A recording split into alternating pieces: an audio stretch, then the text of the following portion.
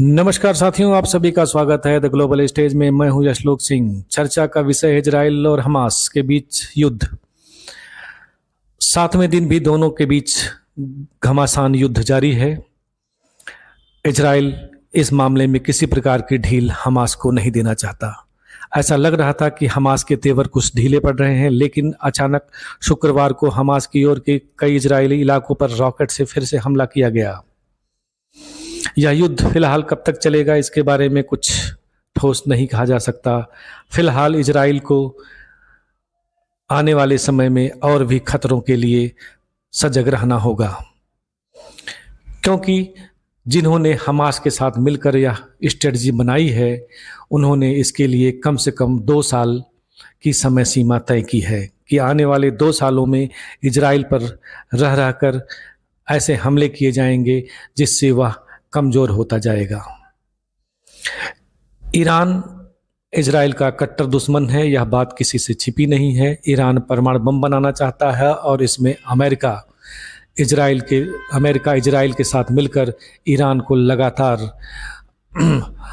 पीछे धकेलने का काम कर रहा है, जिससे कि वह परमाणु बम न बना सके। अगर ईरान परमाणु बम बनाता है तो इसका सबसे अधिक खतरा इजराइल को होगा।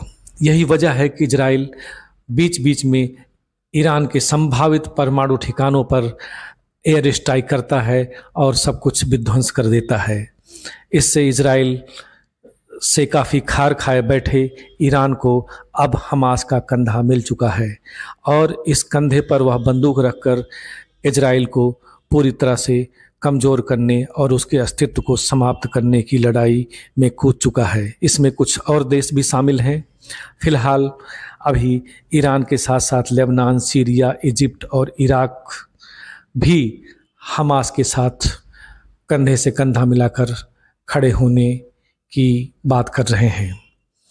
लेबनान और सीरिया की ओर से तो हमले भी किए जा रहे हैं, लेकिन आने वाले समय में इजराइल पर अगर यह युद्ध भी फिलहाल कुछ समय के लिए टल जाता है तो इसमें इजराइल को निश्चिंत होने की आवश्यकता नहीं है, क्योंकि जो रणनीति बनाई है दुश्मनों ने इजराइल के लिए, उसके ऊपर एक के बाद एक हमले होते रहेंगे।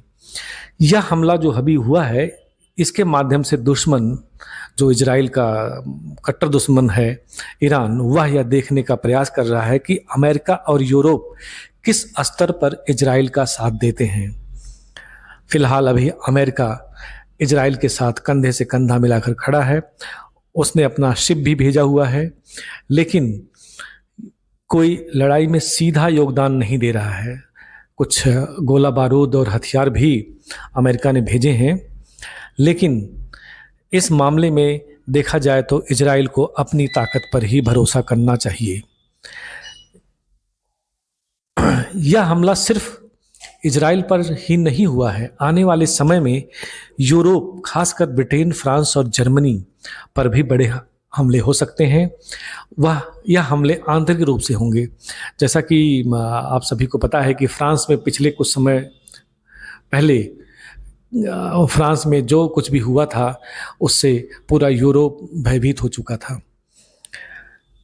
यह नज़ारा फिर से वहाँ दिख सकता है। यूरोप पर हमला करने का मकसद आने वाले समय में यह होगा कि अमेरिका और यूरोप को अपने में ही उलझा देना है, जिससे कि वह इजराइल पर ध्यान न दे पाए। इसके बाद दुश्मन अंतिम रूप से इजराइल पर हमला करेगा।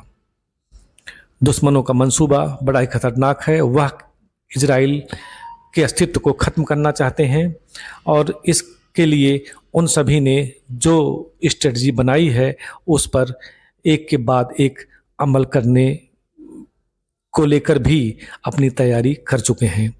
भारत को भी इस मामले में तैयार रहना होगा, क्योंकि भारत के जितने दुश्मन बाहर हैं उससे कहीं अधिक देश के अंदर हैं। आंतरिक रूप से देश की सुरक्षा को मजबूत करना अति आवश्यक है। देश के नागरिकों को भी सजग होने की, सावधान होने की ज़रूरत है। फिलहाल इतना ही। नमस्कार।